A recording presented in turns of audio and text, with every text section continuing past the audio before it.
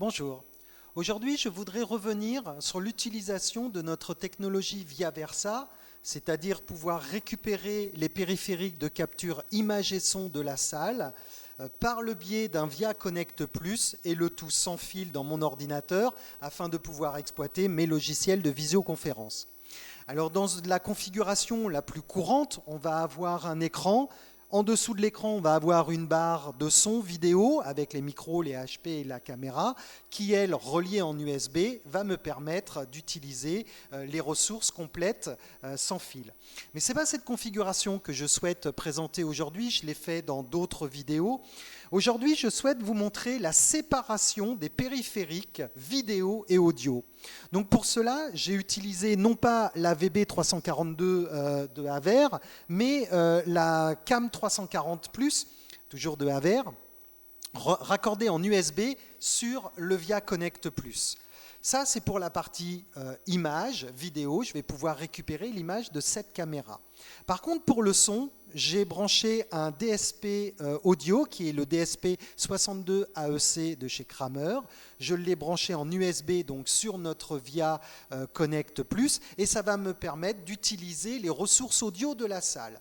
Alors en ressources audio, vous voyez que j'ai un micro à main aujourd'hui. J'ai branché également un programme audio analogique stéréo. J'ai également branché un programme vidéo puisque notre DSP a la capacité d'avoir des entrées vidéo. Et pour la sortie audio, j'ai deux programmes. Un programme en USB sur le Via Connect Plus qui va me permettre de récupérer le programme dans mon ordinateur. D'ailleurs, la bande son qui est avec cette vidéo, c'est le Viaversa audio depuis notre DSP. Donc le tout sans fil. Et puis la diffusion, je diffuse sur la VB342. Alors, si je regarde le DSP, en fait le DSP, voilà, il a une entrée analogique mini jack stéréo, 5 entrées symétriques analogiques, un programme audio stéréo symétrique et 2 entrées HDMI pilotables en GPIO, RS232 ou Ethernet. Alors, le réglage de ce processeur audio est assez simple. On va avoir ici, par exemple, en In2, j'ai mon micro. Je vais pouvoir régler son niveau tout simplement. Régler, donc il est en réglage micro.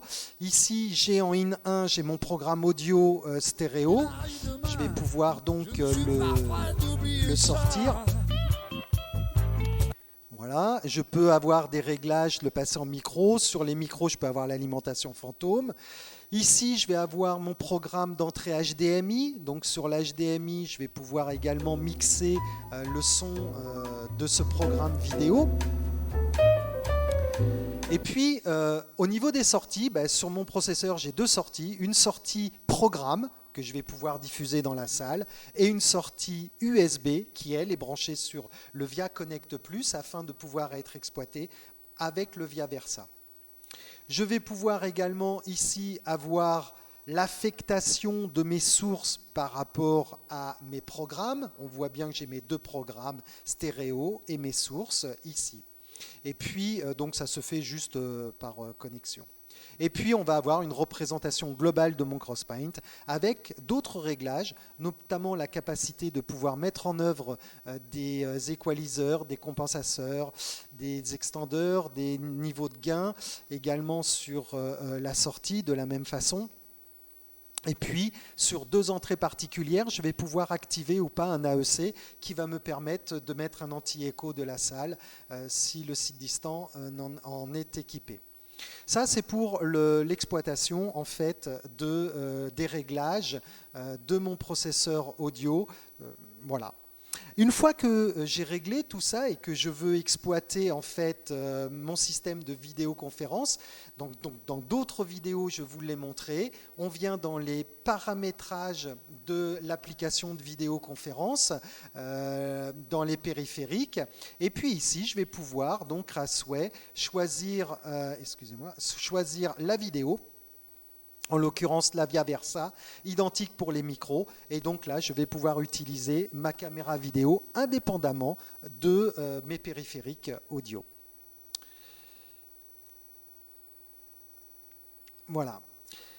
J'espère que cette vidéo vous a montré une autre utilisation d'une salle de réunion. Je peux très bien avoir de la caméra. D'ailleurs, dans d'autres vidéos, je vous ai montré que je pourrais même avoir plusieurs caméras simultanées avec le Via Versa. Et pour le son, je pourrais très bien avoir un système de conférence audio avec des cols de sync, récupérer le programme dans mon processeur. Je pourrais très bien également avoir une dalle micro au plafond, qu'elle soit Sennheiser ou Shure. Je pourrais très bien avoir une diffusion audio particulière. Et bien tout ça, ça peut être géré grâce au DSP62 AEC de chez Kramer.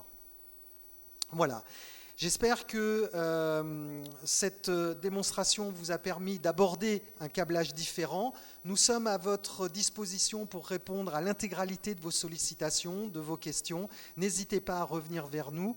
Je vous souhaite une bonne fin de journée, protégez-vous et à bientôt dans une nouvelle vidéo. Merci.